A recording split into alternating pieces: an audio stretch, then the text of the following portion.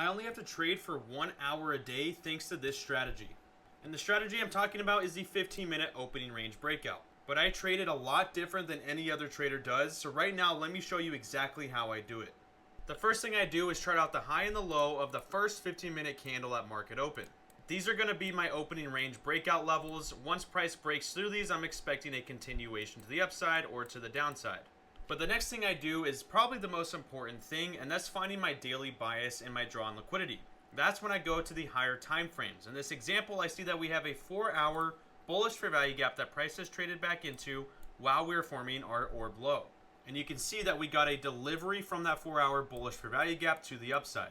And while that was happening, we also swept sell side liquidity right here, giving us the juice to make a good move to the upside. And then we need to know where price is targeting. So as you can see, we have our London high resting right above, which is going to be my full TP level. And this is how you're going to start catching the orb before any other orb traders are even in the position. You're going to find your first 1-minute bearish fair value gap on that move down, and you're going to wait for that level to get inverse to take your entry. So I'm going to grab my long position tool. I'm going to put it right above that 1-minute bearish fair value gap. I'm going to keep my stop below the wick of that fair value gap. And then I'm going to target that London high for my full TP. So let's see how this one plays out. Right there I have my entry, and we haven't even formed the orb yet. So we catch the breakout, and there's our full TP just like that, catching a 1 to 4.